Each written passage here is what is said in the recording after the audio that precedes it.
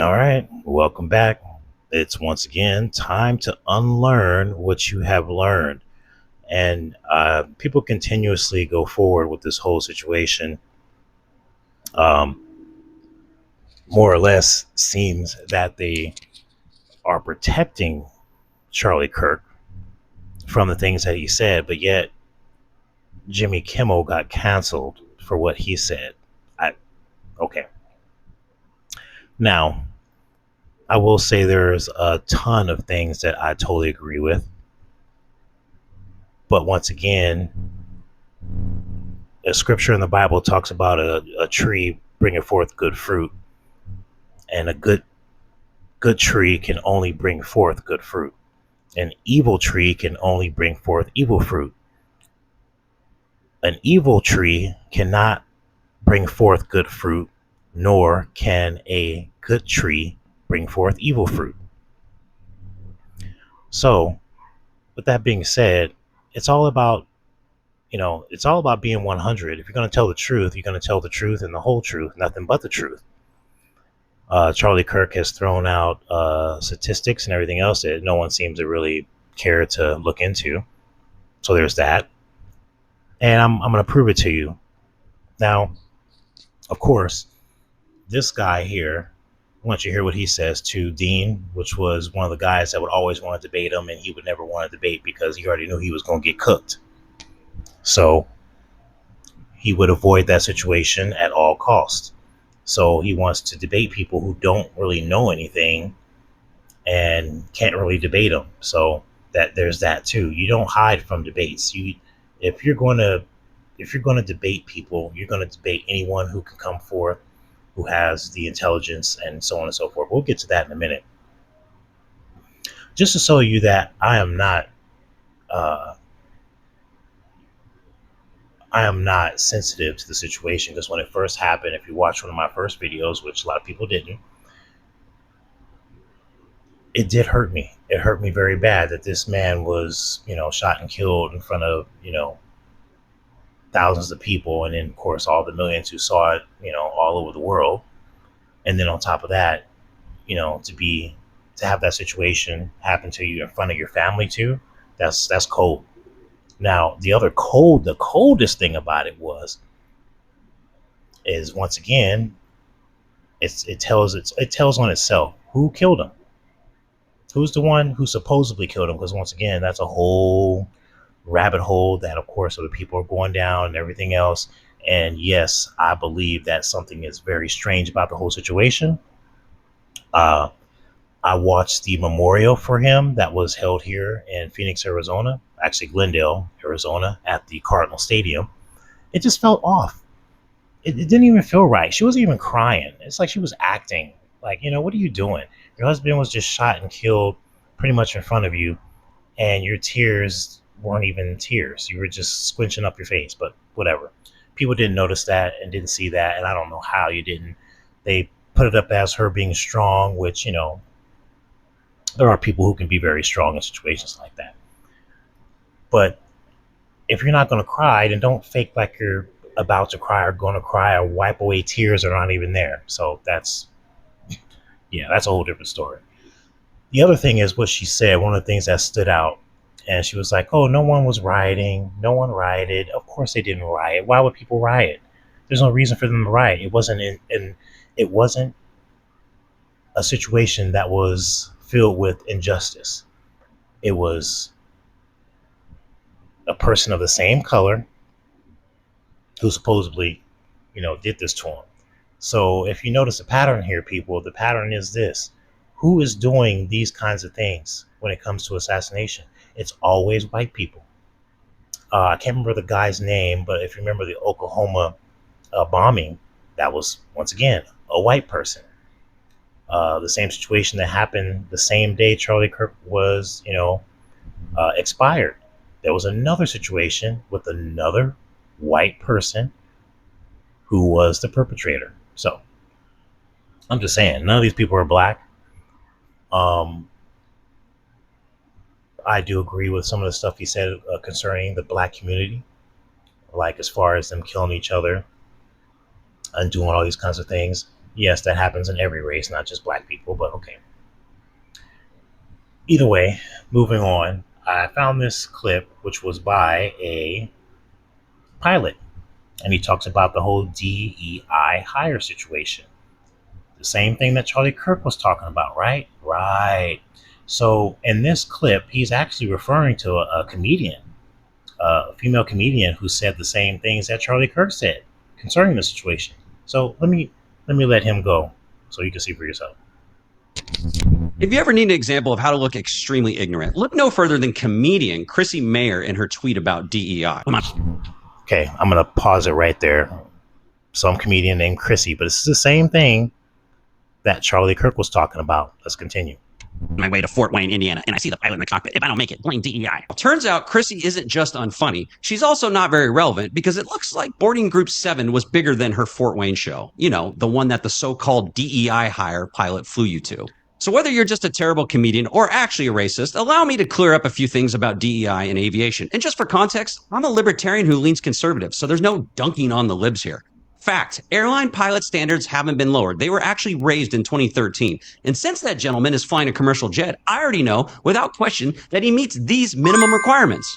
Fact, no one passes airline training unless they're proficient. Airlines can hire whoever they want, assuming they have all those qualifications I just mentioned, but they still have to go through 2 months of systems trainings, sim checks, and evaluation by experienced check airmen. When I trained students, I knew that one day they would be flying me or my family. I never signed off somebody who wasn't ready, and no one ever pressured me to do so otherwise. I could keep going, but I only have 90 seconds. And if you want a deeper dive on this topic, you can check out my YouTube channel, Gary B. Pilot.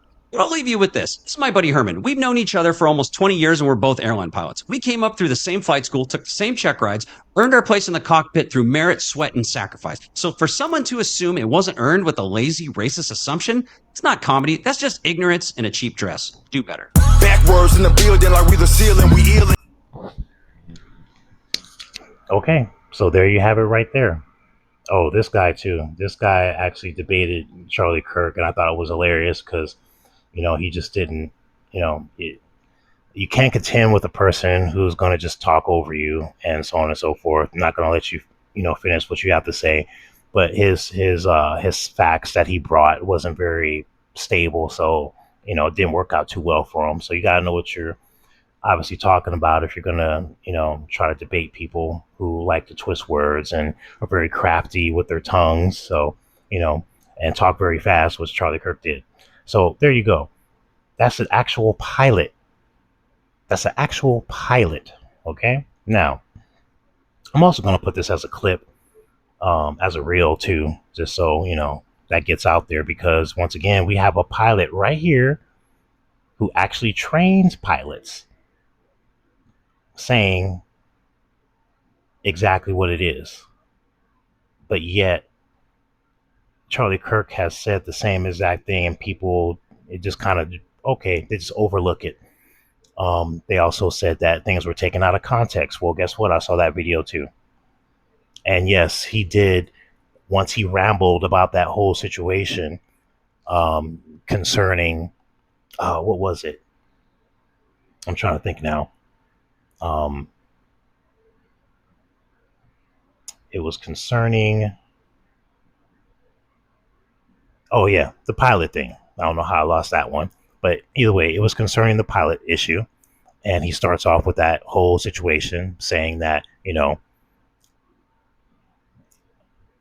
he hopes that they are qualified, so on and so forth. But then in the same breath, uh, towards the end of that comment, he says, oh, I don't want to be that guy. So automatically people took that piece and said, oh yeah, okay. He's not, it's not as bad as it's taken out of context. No, it's not. Here's the thing is, if that's the case, then why would you say it in the first place? Why would you even mention that? Why would you even think that? It doesn't make any sense, especially if it's not true. And once again, this pilot just confirmed that that's not the case. So once again, he lied.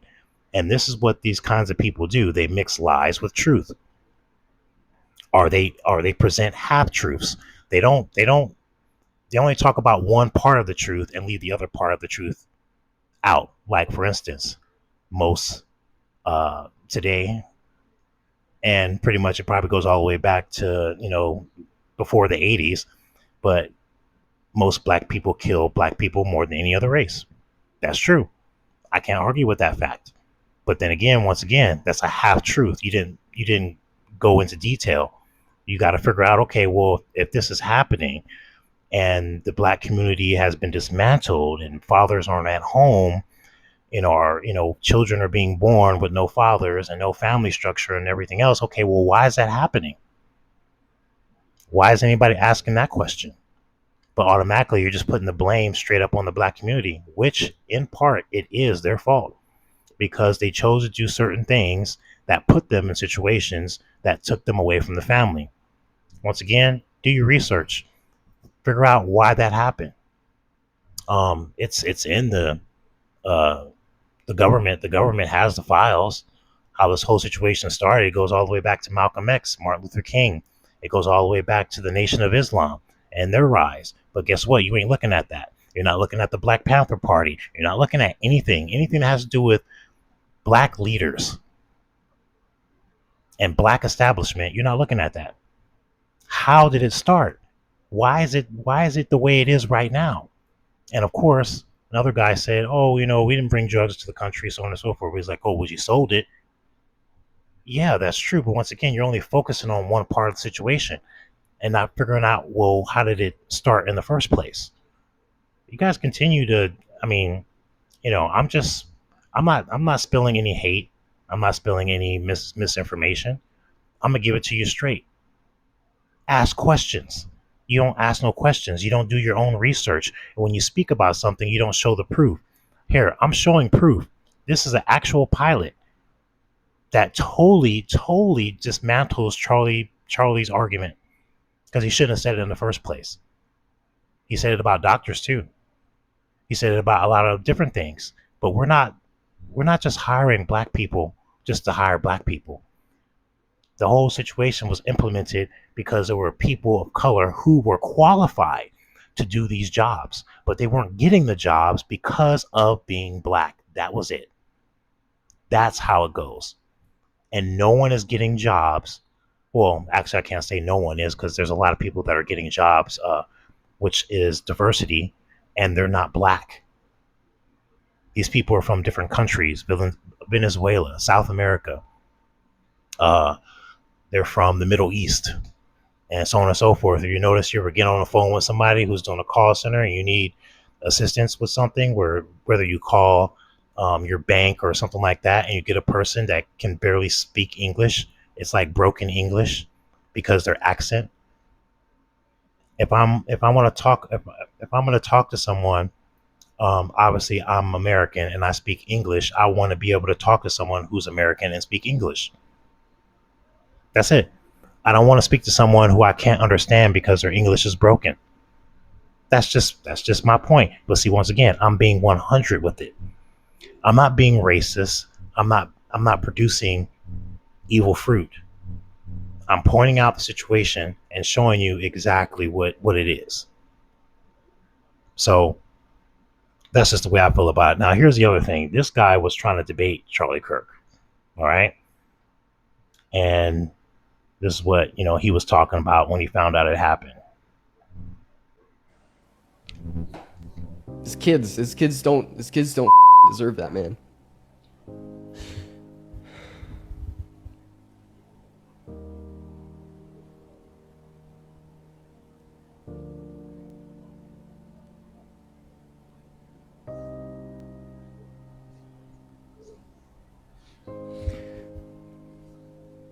His wife and children were in attendance, dude.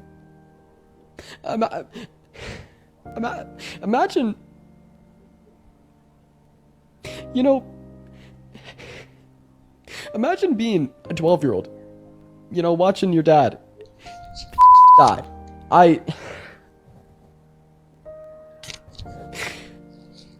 Nobody deserves that. Not even Charlie Kirk. Nobody deserves that.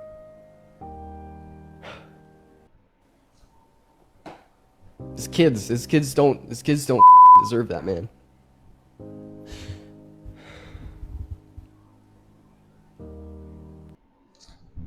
So as you can see, This guy was Charlie Kirk's rival. And look how broken up he was about it. That just shows you right there.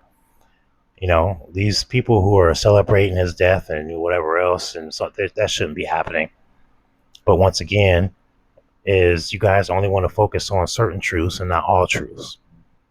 You only want to focus on all the good things he said and not question, okay, well, why is he talking about these things? And why is he saying things the way he's saying it? I'm going to be 100 with you on this whole situation. The word of God is the only way you're going to figure it out. And that is what, has helped me, because I can tell you right now, Jesus Christ walked this earth, and when he spoke nothing but truth. He never spoke anything bad about anybody. He never downplayed nothing. He told it exactly the way it is. And if we're not doing that, how could we be a representation of Jesus Christ? How? If we're not giving truth. You can't mix truth with lies, bro. You just can't. And that's what Charlie Kirk was doing. He was mixing truth with lies. If that's where you guys want to stand, okay, man. I can't tell you anything. I can't make you believe in anything that I believe in. But I know one thing I do believe in, and it's facts. And the other thing I believe in is truth. And Charlie Kirk gave both of those things. But then he also didn't give 100% truth and 100% facts. Well, just a little something, something. I'm out.